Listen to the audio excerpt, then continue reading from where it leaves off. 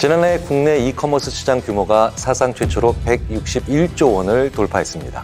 매년 20% 가까운 성장세를 보이며 2025년엔 270조 원을 넘어설 것으로 예상되는데요. 이에 따라 기업 간의 혁신 경쟁이 뜨거워지고 있습니다. 디지털로의 대전환, 이커머스 시장에서 가장 주목받는 요소가 뭘까요? 격변하는 국내 이커머스 시장의 흐름, 친환경적인 트렌드를 만들고 최초라는 타이틀을 내세운 SSG.com, 브랜드 읽어드립니다에서 기계공학자 최재붕, 인지심리학자 김경일이 지금부터 읽어드리겠습니다.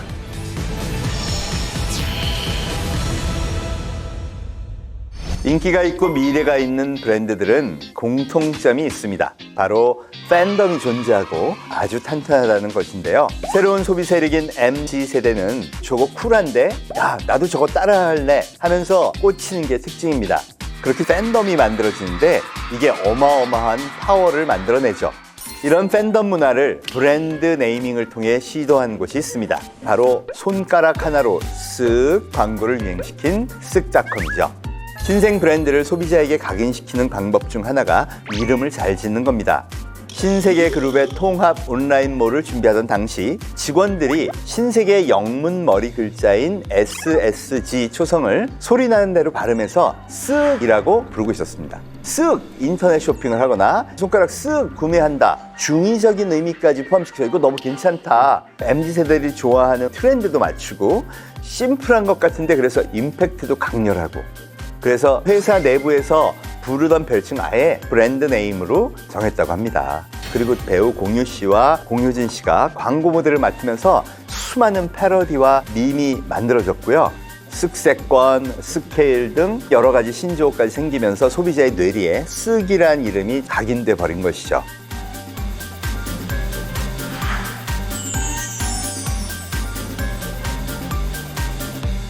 이렇게 이름을 짧고 쉽게 부르는 게 실제 기업 실적에도 영향을 미친다는 거 심리학에서는 잘 알려진 사실인데요. 그런가요? 네, 설득의 심리학으로 유명한 심리학자 로버트 치알디니, 그 후속작인 초전설득에도 이 이야기가 아주 잘 나와 있습니다. 뉴욕의 증권거래소에서 주식거래를 시작한 회사를 무작위로 선택해서 분석을 해봤더니요, 발음이 쉬운 회사가 그렇지 않은 회사보다 실적이 월등히 좋았다는 거죠. 즉 누군가에게 선택되는 경우에는 짧고 쉬운 이름이 굉장히 중요하다는 겁니다. 실제 쓱닷컴 역시 광고 캠페인 이후에 인지도가 폭발적으로 상승하면서 매출도 직전에 대비해서 30% 증가했다고 하네요.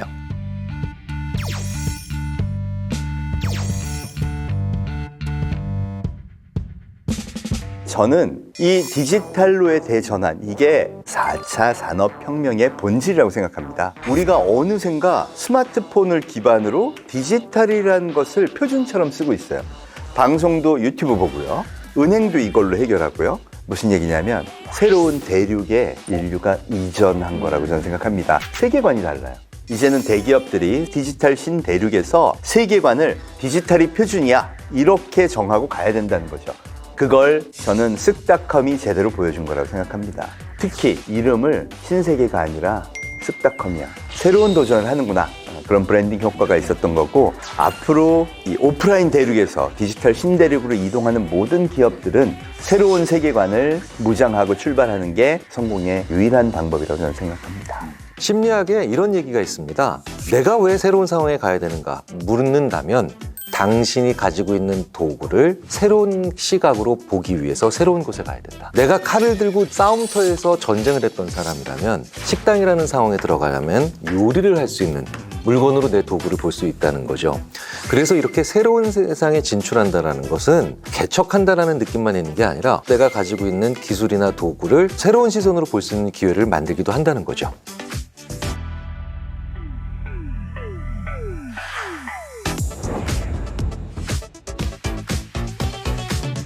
이커머스 시장에서 가장 주목받는 요소가 뭘까요?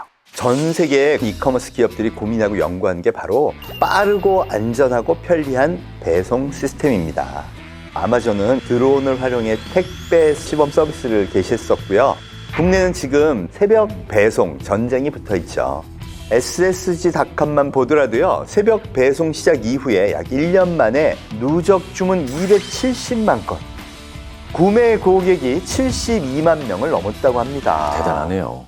그렇다면 사람들은 왜 새벽 배송에 이렇게 열광할까요? 우리가 먹기 위해 장을 보잖아요. 그런데 SSG닷컴은 스마트폰으로 주문하면 장바구니를 집 앞에 갖다 주자 아이디어를 내기 시작한 거죠. 직접 고르지 않아도 신선한 식재료가 배송되게 하자. 소비자들의 이런 고민을 해결하고 신선 수요를 만족시키기 위한 시스템을 개발하기 시작한 겁니다. 어떻게 만들었냐? 쓱세권에는 거대한 냉장고가 있습니다. 바로 상품 입고부터 배송까지 적정 온도를 유지하는 콜드 체인 시스템인 네오인데요.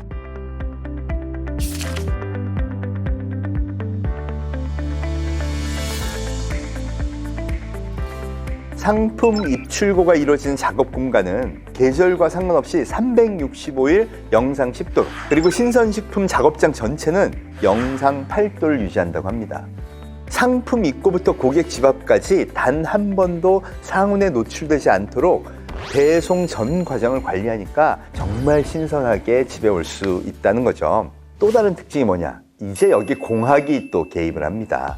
물류 작업 과정의 80%가 자동으로 이루어진다는 거죠. GTP라고 Goods to Person이라는 게 있고요. 사람이 상품을 찾으러 가지 않고 상품이 작업자를 찾으러 와요.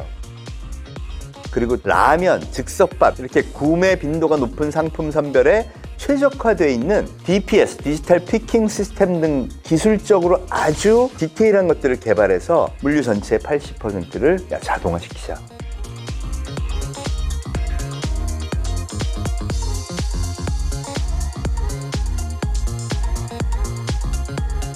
이커머스 시장에서 오프라인 중심이던 신세계가 쓱이란 이름을 갖고 디지털로 좋은 방향으로 잘 진화했다고 볼 수 있죠. 게다가 베이킹 센터까지 만들어서 배송 직전에 빵을 굽는 시스템을 만들었어요. 빵 배송까지 최소 4시간, 최대 11시간 정도로 유지하고 있다고 한다네요. 소비자의 니즈에 맞춰서 시스템이 얼마나 발전할 수 있는지 잘 보여줄 수 있는 좋은 사례라고 생각을 합니다. 사실 요즘 너도 나도 살아남기 위해서 새벽 배송을 하고 있지 않습니까? 네. 소비자가 혹할 만한 차별점이 이제 더 필요하지 않을까요? 이런 건 어때요? 오프라인에 있는 청담의 SSG 푸드마켓을 온라인에 입점시켜서 프리미엄 상품을 막 제공하는 거예요. 거기 온갖 거 진짜 많거든요. 네. 전 세계에서 프리미엄 상품이라고 생각되는 프로덕트를 거기다 사실 다 갖다 놨어요. 고급 식품들을 소비자한테 온라인으로 제공함으로써 특별한 경험을 제공하게 된 거죠. 그렇게 해서 팬덤이 번지게 되는 거죠. SSG닷컴은 오랫동안 유통을 해왔기 때문에 사람들이 어떤 물건을 좋아하는지 잘 알고 있는 것 같아요. 이게 소비 심리를 잘 꿰뚫고 있는 경험이 축적된 기업의 영리함이 아닐까 생각이 듭니다. 이 쓱닷컴 배송 시스템에 또 하나 심리적으로 아주 영리한 점이 있는 것 같아요. 네. 바로 하루가 아닌 3시간 단위로 배달하는 시스템을 마련해서 선보였다는 겁니다. 이게 우리는 기본적으로 어떤 현상이 있을 때 이걸 내 마음대로 하거나 아니면 내가 좀 통제할 수 있는 걸 원하잖아요. 이 통제권을 가지는 게 왜 좋냐면 똑같은 결과가 일어나도 내가 통제해서 그 결과가 일어날 때 더 만족감을 느낀다는 거죠. 택시가 나한테 올 때 우리가 스마트폰에서 이 택시가 이렇게 오고 있다, 알려주고 있다라는 것만으로 우리가 통제권을 길이로 그렇죠. 보일 때. 네네. 마찬가지가 이제 이 쓱닷컴에서도 구현되고 있는 것 같습니다. 내일 오후 3시부터 4시 사이에 갑니다. 라고 얘기를 해주니까 갑자기 확 안정감과 내가 상황을 통제하고 있구나 라고 하는 그런 만족감이 서비스에 곁들여서 또 추가된다는 거죠. 내가 컨트롤할 수 있는 범위 안에 들어오기 때문입니다. 3시요라고 하는 게 아니라 3시부터 4시 사이입니다 라는 게 굉장히 중요한 게요.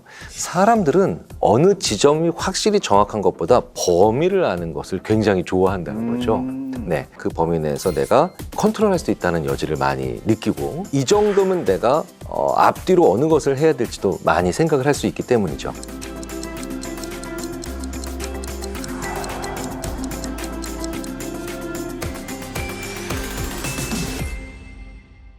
요즘 배달 트렌드에서 기업들이 특히 신경 쓰는 게 하나 더 있어요. 친환경입니다.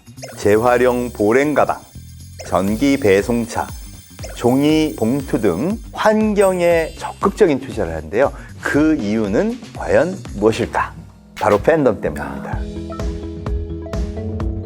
환경을 해치는 기업에 팬덤이 생길 수가 없죠. 최근 기업 경영에 있어서 ESG 경영이라는 얘기를 많이 하죠. E가 환경, environment입니다. S는 social responsibility, 사회적으로 기여를 많이 해라. 또 G는 governance, 지배구조예요. 특히 맨 앞에 있는 environment가 제일 중요해진 거죠. 그래서 환경에 무언가 공헌하는 기업한테는 왠지 돈을 더 내더라도 사주고 싶어하는 그런 현상이 벌어지고요. 그런 만큼 팬덤이 기업의 가치를 만드는 시대라고 할 수 있습니다. 새벽 배송 오고 나면은 막 많이 쌓이잖아요. 근데 이거 신선하게 해줘야 돼. 그래서 재활용 보랭 가방이 등장하게 된 거예요. 그 이름이 I'll be back. 갖다 다시 오잖아요. 그죠? 의외로 비슷한데. 네, 여러 번 쓰는 거니까 이름도 참 느낌 있게 잘 만든 것 같아요. 이후 이제 다른 여러 유통업체에서도 재활용 보랭 가방 이용하자. 그런 면에서는 선제적으로 쓱닥함이 굉장히 잘하고 있다고 생각합니다. 국내 이커머스에서 전 세계 최초 온라인 단독이라는 타이틀을 달고 판매되는 해외 명품 브랜드가 늘고 있습니다.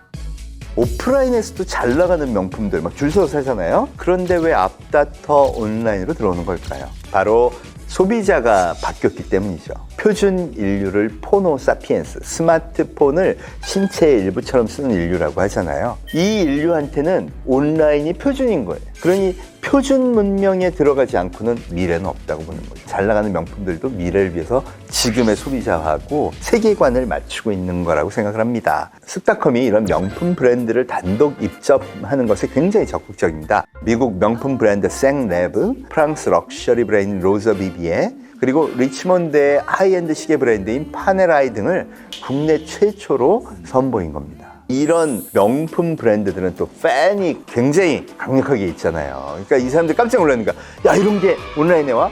또 다시 보게 되는 상호 간의 시너지 효과가 발생을 하는 거죠. 이런 게 차곡차곡 쌓이면서 SSG닷컴은 국내 최고 수준의 프리미엄 라이프 스타일을 구축한 온라인몰, 이런 이미지를 구축하고 있는 것 같습니다. 이제 디지털화가 되고 온라인화되면서 거스를 수 없는 또 한 번의 변화가 되고 있네요. 네. 그런데 기업들이 홍보를 할 때 최초라는 의미를 많이 강조를 합니다. 이 최초라는 타이틀을 쓰는 게 늘 좋은 일일까? 최초라는 말을 영어로 하면 오리진, 그것으로부터 유래했다는 뜻이 되는데요. 사실 그래서 최초가 무조건 좋은 게 아니라 때론 무섭기도 한 것 같습니다. 사람들은 유래됐다라고 하면 그것으로부터 다 시작됐다라고 생각을 하거든요. 그래서 예를 들어서 한국 최초의 서비스다라는 말을 듣는 순간부터 그 관련된 서비스에 불만족이 느껴질 때도 다 엉뚱하게도 그 오리진, 최초라는 단어를 사용한 그곳으로 화살이 돌아갈 경우도 있다는 거죠. 즉, 우리가 무언가에 대해서 최초라고 할 때 이 뒤에는 자신 있게 많은 것을 출발시킬 수 있는지 한번 고민을 해봐야 된다는 겁니다. 더 이상 이 분야에 대해서 확장시킬 수 없다면 최초라는 말을 쓴다는 게 오히려 독이 될 수도 있습니다. 자, 그렇다면 최초라는 타이틀을 내세운 쓱닷컴의 행보를 살펴볼 필요가 있죠. 세계 최초로 구찌 온라인 스토어를 개설하면서 화제가 됐고, 최근엔 자체 라이브 커머스 채널 쓱 라이브를 통해서 입생 로랑 뷰티, 맥, 키엘, 랑콤 등 내노라 하는 해외 뷰티 브랜드 신상품을 최초 공개하고 있기도 하죠. 이게 확장인 거죠. 그렇죠. 확장인 거예요. 이런 공격적인 마케팅으로 2021년에 자체 라이브 커머스 방송 누적 시청자만 200만 명이. 최초라는 말을 많이 쓰는 건 그만큼 자신 있다는 것의 반증이기도 하고요. 최초를 많이 쓰려면 확장적이어야 된다. 아, 확장적이니까 최초란 말을 쓰겠다. 자연스럽게 이 선순환 구조에 들어가면 최초란 말을 쓰니까 굉장히 자신 있는 기업이구나 라고 하는 이미지를 안정적으로 구축할 수 있다는 셈이 됩니다. 김경일 교수님. 네. 이미 어느 정도 반열에 올랐으면 이제 됐다 이럴 거 아니에요. 그런데 어떻게 끊임없이 새로운 도전을 하려고 하는 걸까요? 건전한 불안이 있기 때문이다. 네, 그러니까 건강한 불안인 거죠. 사람들이요, 움직이게 만드는 게 불안입니다. 생각해 보세요. 내일이 시험인데 불안해요, 공부하죠. 뭔가 하게. 그렇죠. 공부 잘하는 사람이나 일을 잘하는 사람들의 불안 지수를 보면요, 실제로 평범한 사람들보다 살짝 더 높습니다. 인간이 불안한 걸 싫어하지만 그래도 기본적으로 인간을 생산적으로 움직이게 만드는 건 적정한 수준의 불안이 반드시 필요하다는 거죠. 그런데 불안의 반대말이 안심한다죠. 이 안심이 특히 기업에서는 한 끗 차이로 나태나 도태로 표현될 수가 있다는 겁니다. 나쁜 CEO 같은 경우에는 혹은 나쁜 리더 같은 경우는 불안을 건드리는 게 아니라 사람을 자꾸 건드려요. 그런데 좋은 리더는 끊임없이 불안만 건드립니다. 이 기술은 앞으로 얼마 안 남아서 우리가 힘들어질 수도 있어. 그래서 심리학에서는 사람을 건드리지 않고 일만 건드려서 불안을 만들어내라. 이걸 경험적으로 잘 알고 있는 것이 그 기업과 그 리더의 역량이 아닌가 싶어요.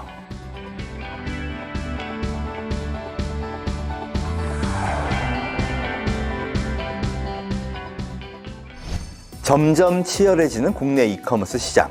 새로운 배송 시스템을 선보인다면 어떤 게 나올까?